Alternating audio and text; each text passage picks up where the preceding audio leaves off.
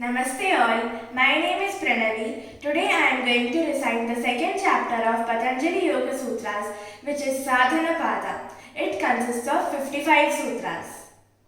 Patanjali Yoga Sutrani Dvitiyodhyayah Sadhana Padaha Tapasvadhyayishvara Pranidhanani Kriya Yogaha Samadhi Bhavanardha Kleshatanukaranardhascha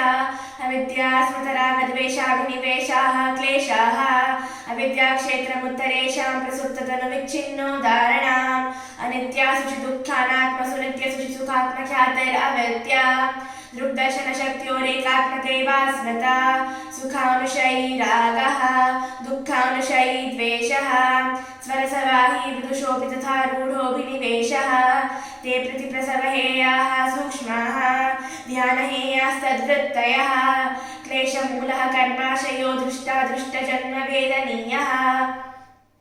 सति मूले तद्विपाको जात्यायुर्भोगाः ते ह्लादपरितापफलाः पुण्यापुण्यहेतुत्वात् परिणामतापसंस्कारदुःखैर्गुणवृत्तिविरोधाच्च दुःखमेव सर्वं विवेकिनः हेयं दुःखमनागतं द्रष्टुदृश्ययोः संयोगो हेयहेतुः प्रकाशक्रियास्तुतिशीलं भूतेन्द्रियात्मकं भोगापवर्गार्थं दृश्यं विशेषाद्विशेषलिङ्गमात्रालिङ्गानि गुणपर्वाणि द्रष्टादृशिमात्रः शुद्धोऽपि प्रत्ययानुपश्यः तदर्थ एव दृश्यस्यात्मा कृदार्धं प्रति नष्टमप्यनष्टं तदन्यसाधारणत्वात् स्वस्वामिशक्त्योः स्वरूपोपलब्धिहेतुः संयोगः तस्य हेतुरविद्या तदभावात् संयोगाभावो हानं तदृशेः कैवल्यं विवेकख्यातिरभिप्लवाहानोपायः तस्य सप्तधा प्रान्तभूमिः प्रज्ञा योगाङ्गानुष्ठानादशुद्धिक्षये ज्ञानदीप्तिरादिवेकख्यातेः यमनियमासन प्राणायाम प्रत्याहार धारणा ध्यान समाधयोष्टावङ्गानि अहिंसा सत्यस्तेय ब्रह्मचर्य परिग्रहयामाः जातिदेशकालसमयानवच्छिन्नाः सार्वभौमा महाव्रतम् शौचसन्तोषतपस्वाध्यायीश्वर प्राणिधानानि नियमाः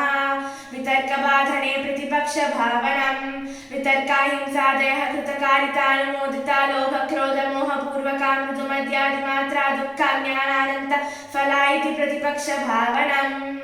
अहिंसा प्रतिष्ठायां तत्सन्निधौ वैरत्यागः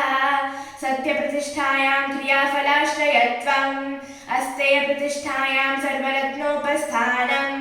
ब्रह्मचर्य प्रतिष्ठायां वीर्यलाभः अपरिग्रहस्थैर्ये जन्मकथन्ता सम्बोधः शौचात् स्वाङ्गजुगुप्सा परेरसंसर्गः सत्त्वशुद्धिसौमनस्यैकाग्रेन्द्रियजयात्मदर्शनयोग्यत्वानि च सन्तोषादनुत्तमः सुखलाभः कायेन्द्रियसिद्धिरशुद्धिक्षयात् तपसः स्वाध्यायादिष्टदेवता सम्प्रयोगः समाधिसिद्धिरीश्वरप्रणिधानात् स्थिरं सुखमासनं